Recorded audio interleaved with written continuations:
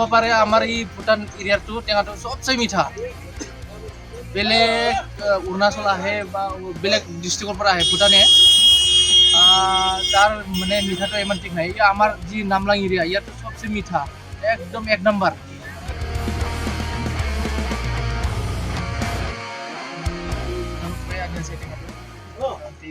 পানবাং, নুৰবগাঁও বহুত দূৰ দূৰৰ পৰা আনে, গাড়ীৰ লগত আনে, আমাক ইয়াত লগি আনি দিয়ে, আমি ৰাখি কিনি এতিয়া ফোনত মালটো চাই কিনি আমি দাম দৰ কৰে বস্তুটো এনেকুৱা ভাল এনে কালাৰ আৰু এনে ভাল ডাঙৰ চাইজ তেনেহ'লে 400 লগিন যাব ছিজনত।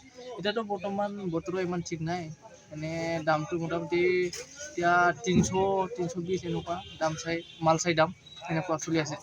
তো আগৰ যোৱাৰ বছৰত বহুত কষ্ট পাইছিলোঁ আমি, অনলাইনকৈ কিনিব লাগিছিল, তাৰমানে কিছুমান বস্তুটো আৰু ঠগ খায়।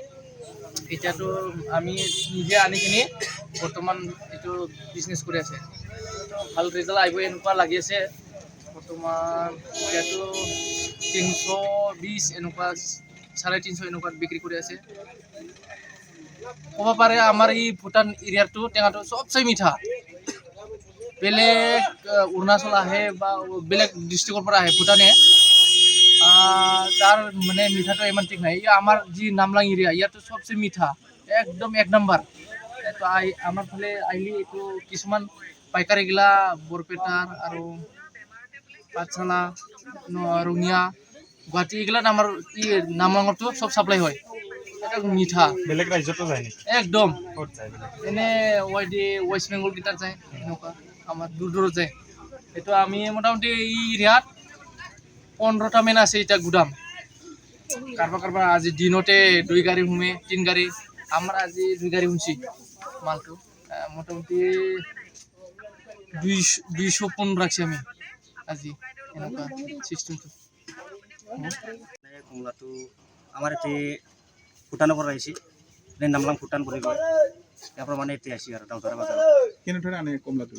মানে কণ্টেক্ট চিষ্টেম আৰু না, মানে কণ্টেক্ট চিষ্টেম মানে আমি যিকোনো মানে গংগাৰ পৰা আমি কণ্টেক্ট কৰি মানে এইটো ডাইৰেক্ট কণ্টেক্ট কৰিব, তাৰপাছত মালটো আনি দিব, টেষ্টটো কৰি দিব। বিক্ৰী কেনেধৰণে? বিক্ৰীটো আগৰ পৰাই মানে ভাল চলি আছে বৰ্তমান। কিমানকৈ বিক্ৰী কৰি আছে?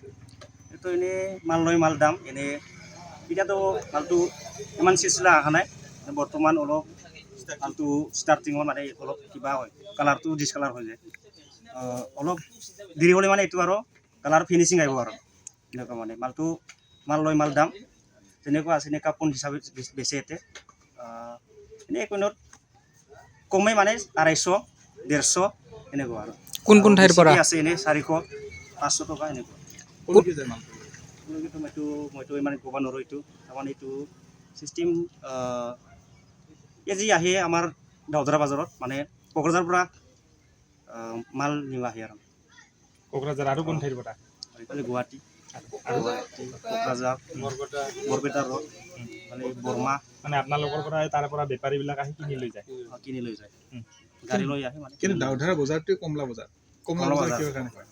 কমলা বজাৰ মানে এইটো কমলা আহে যে আমাৰ মানে ফাৰ্ষ্ট টাইম এইটো ষ্টপ হয় দে, এইকাৰণে মানে কমলা বজাৰ কয় আৰু আগৰ পৰাই মানে নাম আছে, এইটো পৰম্পৰাৰ পৰা এইটোৱে আৰু। আমি নাংলামতো আনো আৰু ভূটান নাংলাম বুলি কয়। ইয়াৰ পৰা মানে বৰপেটা ৰোডত যাব। কেনেধৰণে আপোনালোকে কিনি আনে? ধৰক কিমান আনে দেই? এনেইতো পোন হিচাপকে আমি ধৰি আৰু এক গাড়ী বলেৰত এক গাড়ীকৈ এতিয়া আহে আৰু ইয়াৰ পৰা চিষ্টেমত বিক্ৰী কৰে। কিমানকৈ বিক্ৰী? সেইটো এনে 300-350 সেনেহেন দাম আৰু। ইয়াৰ পৰা ক'লৈকে পঠাই যায়? এতিয়া বৰপেটা ৰোড, কোকৰাঝাৰ, কিছু গুৱাহাটীও দিয়ে, এনেকুৱা আৰু। কওক। পইচাটো আমি সিফালৰ পৰা তাৰমানে 250 লগিন আনিব লাগে, 250 পোনত পোন হিচাপে। ডেইলি কিমানকৈ ট্ৰাক পৰে আপোনালোকৰ? আমাৰ তাতে 3 ট্ৰাক 4 ট্ৰাক এনেকুৱা চেলিং হয়। এক ট্ৰাকত কিমান থাকে? এক ট্ৰাকত 400-500 পোন এনেকৈ আহে, গাড়ীৰ লগত কথা হয় এনেকুৱা।